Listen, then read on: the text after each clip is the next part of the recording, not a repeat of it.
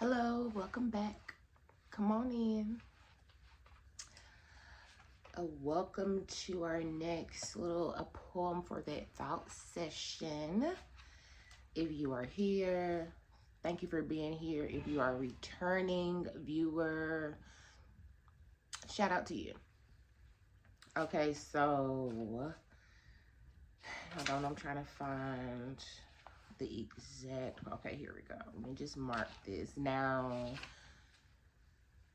Just take a slight moment to, I do want to take a slight moment to just check in with everyone. We are in the middle of a very eclipse season.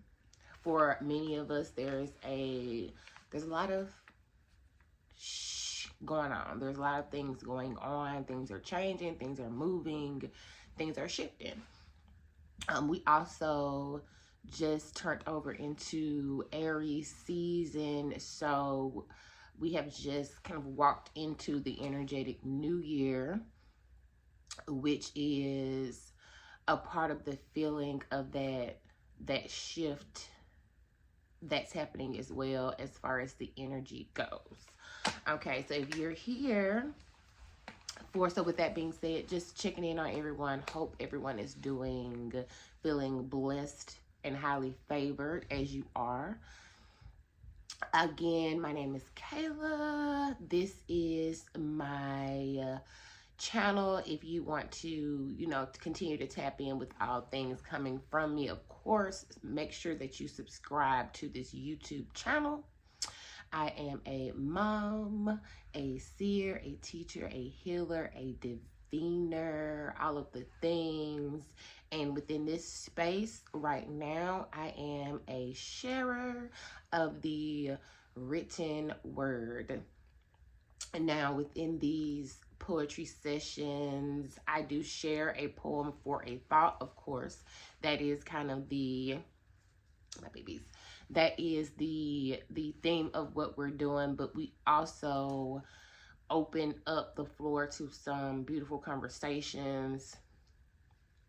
When I get to talking, when I get to saying what I got to say, I like to let it just flow out. So throughout these poetry sessions, we're going to be going to church sometimes. Sometimes it's going to get a little bit like the pastor in the pulpit, child, because a lot of times it's a word to come through with the word, if that makes sense.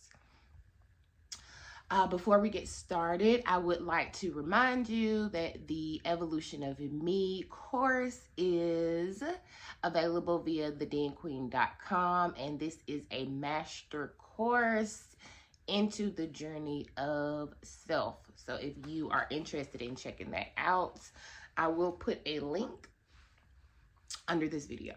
Okay. So, my thought. Now, I'm going to get into my thought, but I do also want to say that as we are in a season of new energetic pathways, we also are going to be simultaneously into a season of grief.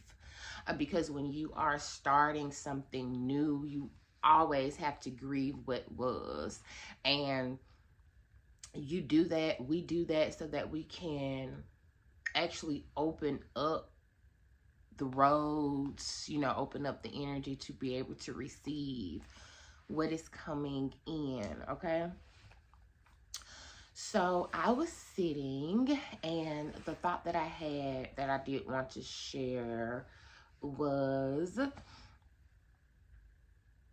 how does it feel to be a widow? And this is a personal, this is actually very, very personal. It is a real thought, as all of them are.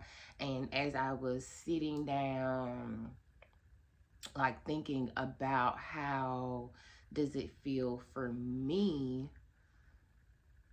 in this kind of era of my life when I am more so accepting the new life that I'm in, but also kind of dialing down on how I want to navigate that as well. Specifically romantically. And that is the kind of the thought space that I was in on this day. Okay. So how does it feel to be a widow? Me personally, I've always been in a, not always been, but for, you know, that the better part of my life, I have been in a relationship. Am I keeping myself from pouring love into myself because of regrets, or is it fear because of what happens? Okay, hold on, let me read this part. Am I blocking reception of divine love because I am scared to let it in? So those were my thoughts. Now, I can really speak for myself. However, I've also observed in others with any type of loss. Okay, it doesn't have to be a spouse, it could be a family member. With any type of loss, there is an aspect of regret, and that aspect of regret, if it's not addressed, it does keep us from moving forward. When you regret something, you are pretty much stuck in that energetic space in which you regretted it. So you definitely have to kind of take yourself back to that moment, that time, that experience, whatever that was that happened, and allow the regret to be transmuted into something else. Regret is a big part of grief, and all of that is based in fear. You know, the fear that I fucked up, the fear that I won't be able to get it right the next time, the fear that I cannot do better. And all of these fears can be transmuted. They do not belong with you. They will arise in you. But as soon as you observe them, you can, with the right tools, you know, move through that and remove those fears from your life, because they don't have any business being there. You know, fear is not a part of our birthright. All right, love is, and love is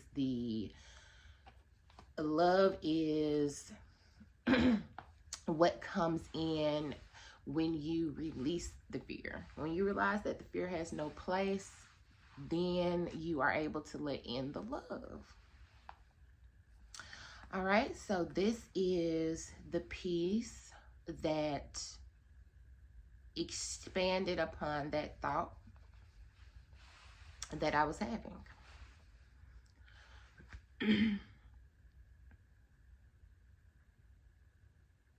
You have it all planned out. Outlines and calendars and 5-year plans that are to be executed hand in hand. The possible seems like you have all day to get to it, and suddenly you're faced with the impossible, the unthinkable, the words that dare not to be said. With a shifting of the universe on its head, you are left in limbo, sitting with the darkness where the light has faded, uncasually being integrated into your new timeline. It's a new life, and still one that can't be lived without the release of what you thought your old life would be. Yes, life is love, and there is a declaration to be made by you to receive love. Even in what the eyes sees as loved loss, for you are the one that still receives life. There are deep inhales of overstanding, breaths of sacredness of the present that must not be overlooked. as you are the new fisherman with the hooks, saving lives one day at a time, with a message of the heart in mind.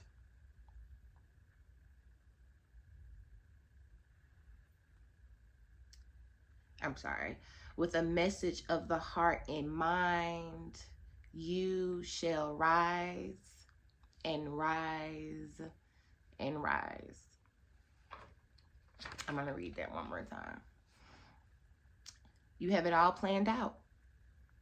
Outlines and calendars and 5-year plans that are to be executed hand in hand.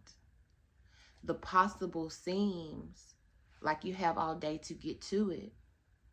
And suddenly you're faced with the impossible, the unthinkable, the words that are not to be said. With the shifting of the universe on its head, you are left in limbo, sitting with the darkness where the light has faded, and casually being integrated into your new timeline. It's a new life, and still one that can't be lived without the release of what you thought your old life would be. Yes, life is love, and there is a declaration to be made by you to receive love, even in what the eye sees as loved loss. For you are the one that still receives life. There are deep inhales of overstanding, breaths of sacredness of the present that must not be overlooked. As you are the new fisherman with the hooks, saving lives one day at a time, with the message of the heart in mind, you shall rise and rise and rise. Ashe. And that was a poem for that thought. If you enjoyed that piece, like and subscribe to this channel. I think I'm gonna stick with that one today. And I love y'all. Thank you for, jumping in and supporting me here. If you know someone that could use this piece, who would enjoy it, who would be uplifted from it, please share. Sharing is caring. And if I could leave and conclude with a final thought on grief itself, grief is the greatest teacher of love. If you want a lesson in love, if you want to define or redefine divine love and the power of love within the presence, baby, all you have to do is review your grief. Within grief is simply wanting to give love and feeling like you cannot. And within that, you realize that you always have love to give. There is an energy inside of you that love has an energy, and a part of the grief is feeling like you have no place to send off that energy, to share that love that you want so bad to give to that person. And what you sometimes realize, and hopefully all of us realize, is that you can still give it. You don't have to harbor in your love, and love transcends any type of state of being. So for those of us who have people who have transitioned, and we are grieving in that way, because we feel like our love has nowhere to go, open yourself up to the idea that love energy itself transcends all realms, time, spaces. Your loved ones feel your love no matter where they are. Okay? And in the same sense that you feel God's love no matter where you are. Baby, love is like water. It's going to get through wherever it needs to get through. All right? So I will leave y'all with that. And I love y'all, and I'll see you next time.